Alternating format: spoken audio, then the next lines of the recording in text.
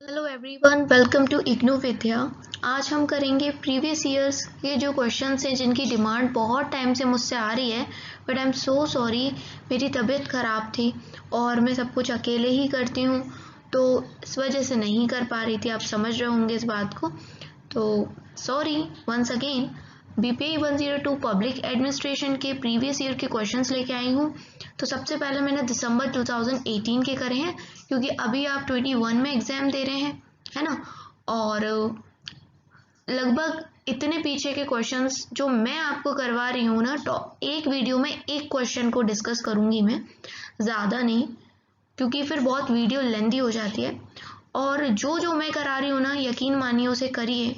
ये चीज़ मैंने अपने आप पे भी आजमाई थी। आपको सफलता मिलेगी, सफलता मतलब एग्ज़ाम में सफलता मिलेगी, अच्छे नंबर्स आएंगे। बीच बीच में मैं आपको ये भी गाइड करूँगी कि जैसे एक पर्टिकुलर क्वेश्चन है तो आप उसको लिखने का तरीका क्या होना चाहिए, क्योंकि कई बार क्या होता है कि हम लोग रटते हैं, समझते हैं, पर लिख नहीं पाते हैं, नंबर कम आते हैं। तो ये बीए जैसे जो पेपर होते हैं, यूपीएससी मेंस के पेपर होते हैं ना, यहाँ पर राइटिंग का बहुत महत्व है। क्वेश्चन में पूछा क्या जा रहा है, आप उसको कैसे बता रहे हो ना, ये बहुत ज़रूरी है। तो ये मैंने पेपर भी यहाँ पर लगा दिया है, थोड़ा ब्लर हो गया है, तो इसमें से बहुत जो इम्पोर्टेंट क्वेश्चन है, काफ़ी ज़्यादा रिपीटेड क्वेश्चन है ना, वो हम करेंगे। और स्पेशली जो 20 मार्क्स के क्वेश्चन होते हैं, मुझे लगता है कि सबसे ज़्यादा इम्पोर्टेंट होते हैं, तो इनको तो मैं सब डिस्कस करवाने वाली हूँ। और इस वीडियो में जो हम डिस्कस करने वाले हैं पर्टिकुलरली, ये है 20 मार्क्स का question number 1। Describe the organisational structure of police at the state, district and sub district levels. तो देखो, यहाँ पर ना पुलिस के बारे में पूछा जा रहा है हमसे। अब आमतौर में जो व्यक्ति पढ़ के जाता नहीं है इस पेपर में, वो नॉर्मल लिख देता है, पुलिस हमारी रक्षा करती है, पुलिस यहाँ खड़ी रहती है, ट्रैफिक को भी देखती है ना, कोई भी क्राइम ना हो ये देखती है, लॉ एंड ऑर्डर बना रहे ये देखती है, ऐसे करके लिखता है। आप निबंध थोड़ा ना लिख रहे हो भाई, और आप कोई बच्चे थोड़ा ना हो, आप बीए थर्ड ईयर के स्टूडेंट हो रहे हो और ऐसे लिखोगे? नहीं नहीं, ऐसे नहीं चलेगा। तो जैसे कि पहले पुलिस के बारे में हम कुछ बताएंगे, फिर आगे एक एक पॉइंट क्लियर करेंगे, और सबसे ऊपर कौन होता है, उसके नीचे क्या होता है, सबसे नीचे कांस्टेबल्स होते हैं, इस तरीके का भी मैं आपको एरो चार्ट से समझाऊंगी। तो चलिए स्टार्ट करते हैं। क्वेश्चन नंबर 1 दोबारा रिपीट कर रही हूँ। Describe the organisational structure of police at the state, district and sub district levels. हमें स्ट्रक्चर को समझाना है तीनों लेवल पर, चाहे वो स्टेट हो, डिस्ट्रिक्ट और सब डिस्ट्रिक्ट लेवल्स हो।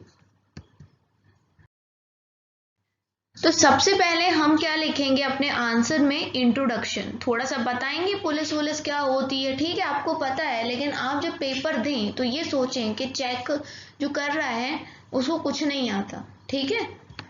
इन the field of administration, police have an important role to play. अगर एडमिनिस्ट्रेशन की बात करें, हमारा पेपर ही पब्लिक एडमिनिस्ट्रेशन है, तो इस फील्ड के अंदर पुलिस का अपना एक बहुत बड़ा रोल है, अहम रोल है। In India, police is coercive arm of the state which is entrusted to perform the basic duty of the state, that is maintenance of law and order.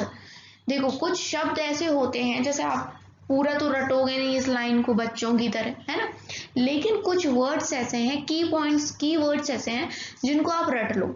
मैं खुद कह रही हूँ कि वर्ड्स को रट लो, पूरा सेंटेंस मत रटो, पर वर्ड्स को रट लो। जैसे कि लॉ एंड ऑर्डर, अब आप इसे किसी प्रकार से भी लिख सकते हो, इतना लंबा चौड़ा जो लिखा आप बोल सकते हो कि police performs the basic duty in the state of maintaining the law and order. कैसे भी करके लिख लो, क्योंकि वो इग्नू वाले ज़्यादा ग्रामर को नहीं चेक करते हैं, ग्रामर नहीं देखते वो लोग कि तुम सही ग्रामर लिख रहे हो कि नहीं। ठीक है, तो लॉ एंड ऑर्डर का जो ये की वर्ड है, ये बहुत अच्छा है, इसको लिखो तो चेकर को लगेगा भैया आप इंटेलिजेंट हो।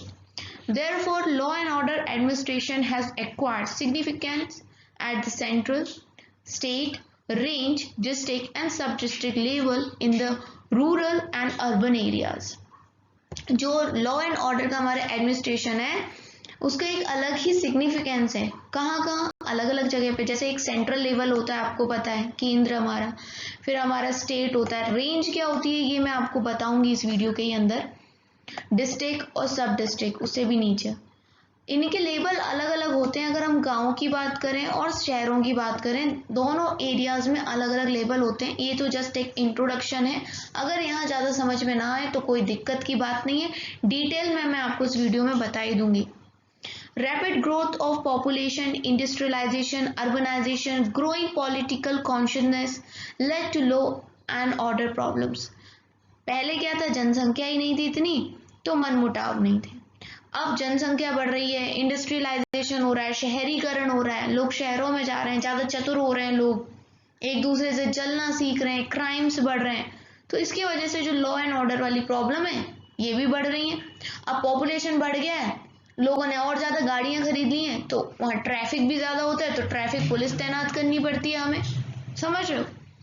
Agrarian and tribal revolts, political caste and communal violence, labor and student unrest and terrorism are indications of law and order problem. बात समझ रहे हो। अर्गेरियन समझते हो क्या, अभी देखा था ना किसान आंदोलन हो गया था, तो वो इसी से रिलेटेड है, एग्रीकल्चर से। फिर कभी कभी क्या होता है, हमारे यहाँ के जो आदिवासी लोग होते हैं वो भी रिवोल्ट कर देते हैं। क्यों? क्योंकि उनको जंगल में घुसने को मना कर दिया जाता है, या उनके जो नेचुरल हैबिटेट है उससे छेड़खानी की जाती है, तो गुस्सा तो आएगा ही। पॉलिटिकल कास्ट इशू भी हो जाता है, कम्युनल वायलेंस हो जाता है, हिंदू मुस्लिम का तो लोग फालतू में ही दंगे भड़काते रहते हैं, हो जाता है कि नहीं हो जाता। लेबर एंड स्टूडेंट अनरेस्ट, आपने देखा होगा कोई फैक्ट्री चल रही है उस पर धरना देने लग जाते हैं वहां के लेबर के, अब हम काम नहीं करेंगे, ये करो वो करो, है ना। स्टूडेंट में भी कई बार हो जाता है।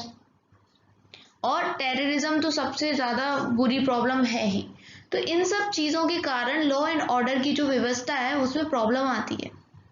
In all societies, particularly in developing societies, these conflicts and tensions are inevitable and many manifest in different forms. Freedom and independence will not have meaning unless these basic issues are properly attended. देखो, सारी societies की बात करें, specially problem हमारी developing societies में है, या developing societies का मतलब आप समझ सकते हो जैसे डेवलपिंग कंट्री लाइक इंडिया, है ना। ये जो कॉन्फ्लिक्ट्स और लड़ाइयाँ और दंगे, ये जो भी टेंशन्स हो रही है ना, ये एक तरीके से इनएविटेबल है। इनएविटेबल मतलब समझ रहे हो, इनको अवॉइड नहीं किया जा सकता, ये तो प्रॉब्लम होंगी ही। फ्रीडम और independence will not have meaning unless these basic issues are properly attended. जब तक ये प्रॉब्लम नहीं खत्म होगी तो जो हमें फ्रीडम मिली है, स्वतंत्रता मिली है, इसका कोई मतलब नहीं रह जाता। अब देखो, बोलने को तो फ्रीडम मिल गई ना, कि जिसको जहां जाना है वो जा सकता है, जिसको जो बोलना है बोल सकता है, लेकिन क्या ये फ्रीडम लड़कियों को मिली है? क्या वो रात को बाहर जा सकती हैं? हाँ, जा सकती होती, अगर उनके मम्मी पापा और उन लड़कियों के, जैसे मैं भी एक लड़की हूँ, हमारे मन में डर नहीं होता। डर, लड़के गलत तरीके से देखते हैं, छेड़खानी करते हैं, अंधेरा होने के बाद गलत लड़के रोडों पे आ जाते हैं, ऐसा बोला जाता है ना, माहौल ठीक नहीं। तो ये माहौल ठीक नहीं की वजह से हमारी फ्रीडम कहाँ है, हमारे पास नहीं है। बात समझ रहे हैं आप। और कुछ लोग इतने महान ये भी ज्ञान देते हैं कि लड़कियों की ही गलती है। क्यों? अगर आप बाहर जा सकते हो तो हम क्यों नहीं? कई तो लड़के भी बाहर नहीं जाते हैं रात को, उनके पेरेंट्स मना करते हैं कि जो शराब पीने वाले और गंदे लड़के हैं वो घूमते हैं, आप मत जाओ, आप बिगड़ जाओगे। तो ये कुछ लोगों की वजह से, जो ये गंदे लोग हैं जो लॉ एंड ऑर्डर को बर्बाद करते हैं, उनकी वजह से बाकी हम जैसे लोगों की भी जो फ्रीडम है, पूरी तरीके से हमारे हाथ में फ्रीडम नहीं है। अगर ये सब डर नहीं होता ना क्राइम्स का, तो किसी लड़की के माँ बाप नहीं कहते कि बेटा तू मत जा, यहाँ मत जा, वहां मत जा, बिल्कुल नहीं कहते, क्योंकि टेंशन नहीं रहती। लेकिन अभी उनको टेंशन है अपनी बच्ची की, इसलिए वो मना करते हैं। So in this unit an attempt will be made to study the organization of police at various levels and critical issues that confront the police administration. तो ये तो था एक इंट्रोडक्शन, और अब मैं आगे आपको बताने वाली हूँ कि वेरियस जो अलग अलग लेवल होते हैं, कैसे ऑर्गेनाइजेशन चलता है पुलिस का, और क्या क्या मुद्दे आते हैं पुलिस एडमिनिस्ट्रेशन के सामने। अब एक नजर डालेंगे कि क्या बैकग्राउंड था पुलिस एडमिनिस्ट्रेशन का अपने इंडिया के अंदर, ठीक है। In all societies, organizations were established to protect life and liberties of people since the dawn of civilization.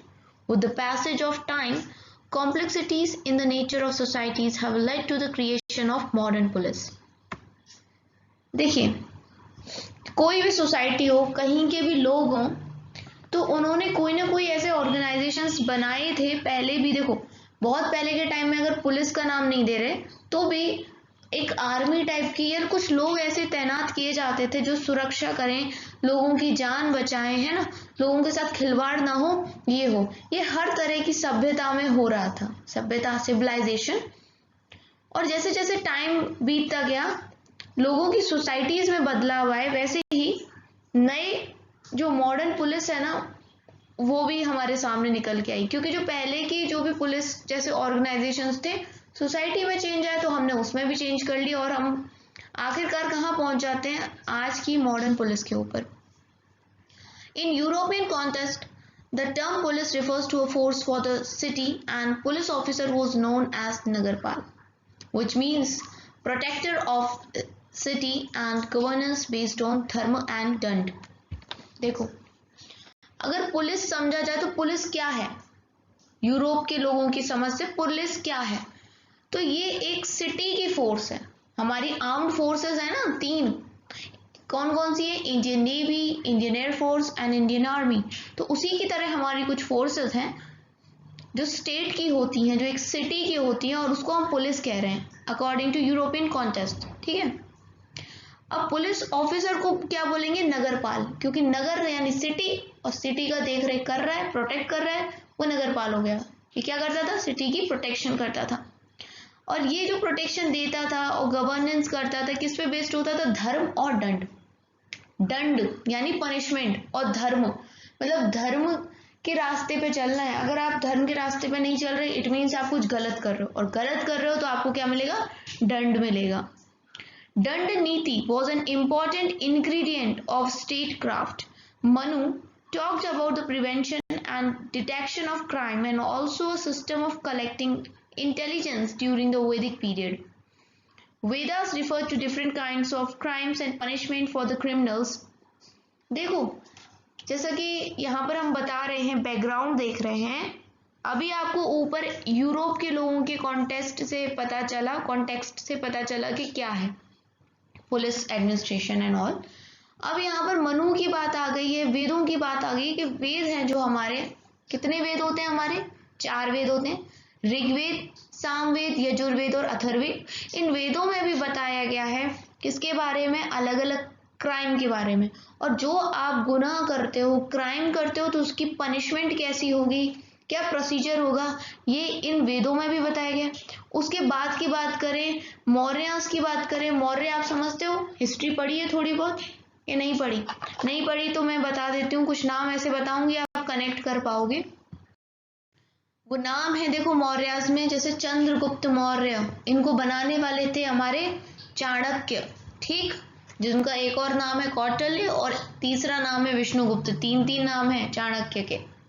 तो चाणक्य ने चंद्रगुप्त मौर्य को बनाया, फिर उनका बेटा Bindusara and then Ashoka the great. तो ये मौर्य एम्पायर के हो गए। फिर गुप्ता डायनेस्टी के बहुत सारे योद्धा थे, उनमें एक चंद्रगुप्त गुप्त भी हैं जो गुप्ता पीरियड के हैं। तो यहाँ पर भी पुलिसिंग की जाती थी सिस्टमैटिक वे में। कौटिल्य से अर्थशास्त्र, कौटिल्य समझ रहे हो कौन है, ये चाणक्य का ही नाम है कौटिल्य। तो कौटिल्य की एक किताब है अर्थशास्त्र, gives a vivid picture of the nature of police organization and their function during Mughal period. Law and order administration was under the charge of फौजदार। देखो, इन्होंने अपनी किताब अर्थशास्त्र में सब कुछ बता दिया है, पुलिस ऑर्गेनाइजेशन और कैसे काम करना चाहिए, कैसी ड्यूटीज होनी चाहिए, सब कुछ बता दिया। उसके बाद जब मुगल का काल आया तो इन्होंने लॉ एंड ऑर्डर का एडमिनिस्ट्रेशन किसके हाथ में दे दिया, फौजदार के। They were assisted by थानेदार्स who were in charge of police station. थाना बोलते हैं ना, चल तेरे को थाने पे रिपोर्ट करता हूँ, चल थाना, ऐसे करके बोलते हैं ना। तो जो थाने का मालिक होगा, थाना मतलब पुलिस स्टेशन, और जिस पुलिस स्टेशन का चार्ज करने वाला थानेदार हो गया, तो वहां पर थानेदार भी होते थे। He was also responsible for revenue function. और इन्हीं को रेवेन्यू कलेक्शन का यानी टैक्स कलेक्शन का भी काम दे दिया जाता था, क्योंकि आपको पता है मुगल्स वगैरह ये हो गए, ब्रिटिशर्स हो गए, काफी ज्यादा वसूली करते थे, एक तरीके से हम कह सकते हैं टैक्स की। The office of kotwal was fairly important as he was the chief of city police. His function included patrolling the city at night, collection of intelligence, prevention of crime and social abuses, regulation of jails। ये नाम तो आपने normal भी सुना होगा ना, कोतवाली पे जा रहा हूँ, ऐसे कभी किसी को कहते सुना है, कोतवाली पे जा रहा हूँ, कोतवाली पे आजा मिल ले। तो कोतवाली पे रहने वाला कौन हो गया? कोतवाल हो गया। ये कौन होता था? पूरे शहर की जो पुलिस होती थी उसका चीफ होता था, एक बड़े ओहदे का आदमी सिटी पुलिस के अंदर। इसका काम क्या होता था कि रात के टाइम पे पेट्रोलिंग करता था ये, मतलब कोई कहीं से दुश्मन तो नहीं आ रहा, कुछ गलत हरकत तो नहीं हो रही रात के टाइम में इधर उधर गलियों में। और क्या करता था, जो भी खुफिया जानकारी वगैरह पता करता था कि कहीं हमारे राजा के खिलाफ कोई आक्रमण करने की साजिश तो नहीं रच रहा है, और क्राइम ना हो, है ना, कोई अब्यूजेस ना हो, सोशल अब्यूज, आपस में ही दंगे ना हो जाए कहीं, और जेल्स को रेगुलेट करने का काम ये कोतवाल करता था। अब उसके बाद आ जाएगा British period. The police system that existed under the Mughals was also allowed to continue with certain reforms to meet the changing needs. The present Indian police system is based on the Police Act of 1861। अब देखो, Mughals के बाद हमें पता ही है कि ये Britishers आए। अब जब ब्रिटिशर्स आए तो क्या होता है कि इन्होंने कुछ खास चेंज नहीं करे। जैसे मुगल्स ने पुलिसिंग सिस्टम बनाया था ना, वैसा ही था, कुछ खास चेंज नहीं करे इन्होंने। बस ये किया कि हल्के फुल्के रिफॉर्म्स लेके आ गए, क्योंकि ज़माना बदल गया था, नीड्स बदल गई थी, ज़रूरत बदल गई, तो उसके हिसाब से ब्रिटिशर्स ने कुछ रिफॉर्म्स लेके आ गए। और फिर ब्रिटिशर्स भी हमें छोड़ के चले गए, आज हम स्वतंत्र हैं, एक बोलने को तो इंडिपेंडेंट है ना, दूसरी कंट्री का राज नहीं है। मतलब हमारी इंडिया, हमारी मातृभूमि, हमारा भारत स्वतंत्र है। वो बात अलग है कि इसके अंदर रहते हुए भी हम लोग स्वतंत्र नहीं हैं अभी पूरी तरीके से। जो लोग मेरी इस बात से एग्री करते हैं कमेंट सेक्शन में ज़रूर बताइएगा। ये टॉपिक से मैं हट नहीं रही, लेकिन ये बात असलियत की है। आप लोग पब्लिक एडमिनिस्ट्रेशन पढ़ रहे हो तो आपको अपना व्यू पॉइंट कुछ ऐसा भी रखना पड़ेगा खुल खुल के, ठीक है। जो हमारा प्रेजेंट इंडियन पुलिस सिस्टम है वो जिस एक्ट पे बेस है, ये भी आप रट लो इसको, तो पुलिस एक्ट ऑफ 1861 पे बेस है आज का हमारा police system. Under this act the police was made subordinate to the executive government. इस एक्ट में क्या है कि जो एग्जीक्यूटिव गवर्नमेंट होती है ना, उसके अंडर में आ जाती है ये पुलिस सिस्टम हमारा। Later several changes were brought about in the structure as well as functioning of the police system, but the basic structure and characteristics as enshrined in the Police Act of 1861 continue to dominate over the police system in the country। देखो, time के साथ साथ ना बहुत सारे changes करे गए, लेकिन जो एक बेसिक स्ट्रक्चर था उससे कोई छेड़खानी नहीं करी। बेसिक स्ट्रक्चर कौन सा था? जो पुलिस एक्ट ऑफ 1861 का था, वही बेसिक स्ट्रक्चर रहने दिया। By the time India attained independence in 1947, the police administration had developed into one of the best systems. After independence, the government of India felt that the system was capable of facing new challenges and was also well developed to help the new government to maintain stability। 1947 आते आते हमारा police system काफ़ी अच्छा हो चुका था और फिर हमें इंडिपेंडेंस भी मिल गई। तो गवर्नमेंट ऑफ इंडिया ने क्या सोचा कि भाई अब हमारे जो सिस्टम है ना, ये पूरी तरीके से तैयार है, जो भी चुनौती आएगी इसके सामने बिल्कुल इसका डट कर सामने भी करेगा और गवर्नमेंट के अंदर स्टेबिलिटी लाने में हेल्पफुल रहेगी। क्या? Police administration. Role and functions of the police. तो अब हम देखेंगे कि रोल क्या है और फंक्शन क्या है पुलिस का। सबसे मेन और सबसे इजी जो आप भी जानते हो कि क्राइम ना होने देना अपने एरिया में और पब्लिक ऑर्डर को बनाए रखना। अगर हम बात करें 1861 एक्ट की, तो पुलिस का फंक्शन क्या है कि वो कोई भी ऑफेंस हो रहा है या पब्लिक में कोई भी प्रॉब्लम क्रिएट हो रही है तो उसको ना होने दें, और जो गलतियां कर रहे हैं उनको मजिस्ट्रेट जो जज होता है उस तक ले जाएं, ठीक है। मतलब कुल मिला के आप बस इतना भी लिख के आ जाओगे, prevention of crime and maintenance of public order, और इसी बात को थोड़ा ना खींच खाच के लंबा चौड़ा करके थोड़ा सा लिख देना, मतलब जिसके जितने नंबर का क्वेश्चन है उसके अकॉर्डिंग। मेन चीज़ तो यही रहेगी। यूनाइटेड नेशन कांग्रेस ने एक बार एक प्रोग्राम करवाया था प्रिवेंशन ऑफ क्राइम को लेकर, कि क्राइम ना हो उसको रोकने के लिए 1970 में। तो उसने कुछ फैक्टर्स बताए थे जिनकी वजह से जो क्राइम्स है वो बढ़ गए हैं। तो वो क्या क्या फैक्टर्स हैं, इनको याद कर सकते हो, इनको रट सकते हो आप। जैसे अर्बनाइजेशन, शहरीकरण हो रहा है, ठीक है, शहरीकरण हो रहा है, इंडस्ट्रियलाइजेशन हो रहा है, पॉपुलेशन ग्रोथ हो रही है, इंटरनल माइग्रेशन हो रहा है, सोशल मोबिलिटी हो रही है, टेक्नोलॉजिकल चेंजेस हो रहे हैं। तो ये कुछ ऐसी चीजें हैं जिसकी वजह से क्राइम्स हो रहे हैं। और तो और कम्युनल टेंशन्स भी हो जाती है, मतलब वही जातिवादी वाली सोशल टेंशन्स हो जाती है, समाज में लोग एक दूसरे से कैसे लड़ते हैं, चिढ़ते हैं, उनको लेकर भी क्राइम्स हो जाते हैं। अगर मान लो कई केसेस ऐसे आते हैं ना कि अड़ोसी पड़ोसियों में जलन है और जलन की वजह से मर्डर कर देते हैं, कभी सर में ईंट मार देते हैं, ऐसे मैंने बहुत सारे न्यूज़ सुनी है। तो ये क्राइम है, ये गलती चीज़ें हैं। और वायलेंस का होना, ये सारी चीज़ें आप लिख लोगे। The main task of police is to enforce law and order, protect the citizen and safeguard their property. हमारी जो भी प्रॉपर्टी है, और हम नागरिक हैं भारत के, तो हमें भी प्रोटेक्ट करना ये किसकी जिम्मेदारी है, पुलिस की। पुलिस को एक पॉजिटिव रोल प्ले करना रहता है अगर सोशल डिफेंस की बात करी जाए। जैसे डेमोक्रेटिक सोसाइटी होती है, India is a democratic country, तो यहाँ पर पुलिस का जो काम है वो एक सोशल सर्विस की तरह है। It is an important area where police has been assigned a positive role in relation of social legislation. These legislation touch upon the lives of the people at countless number of places. जिस प्रकार से political changes आ रहे हैं, police को कानून का officer होना चाहिए, ना कि किसी सरकार या किसी पार्टी का ऑफिसर।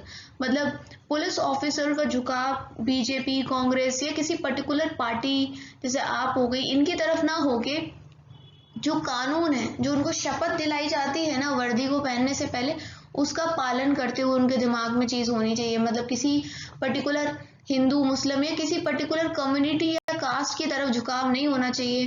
वो जो भी काम करे वो निष्पक्ष होना चाहिए और लॉ को देखते हुए होना चाहिए।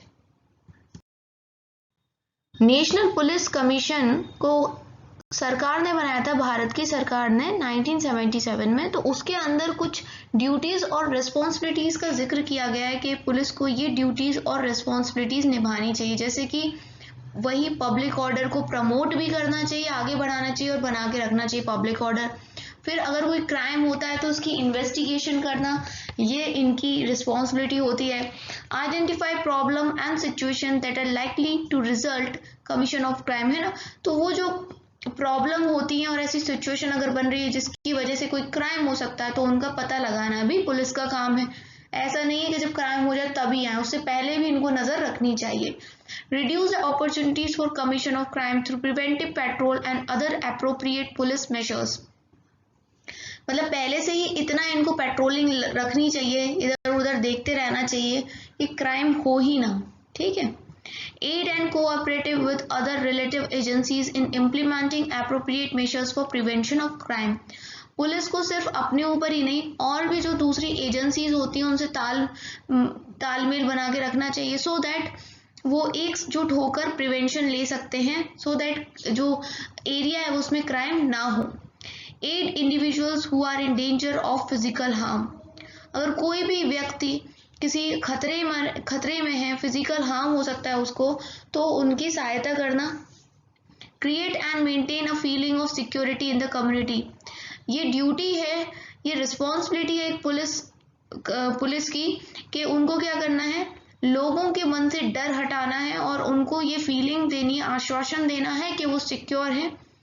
Facilitate orderly movement of people and vehicles. Traffic ना हो, आपने देखा है ट्रैफिक पुलिस अलग होती है, तो इस चीज का भी ध्यान रखना होता है। Council and resolve conflicts and promote Amity.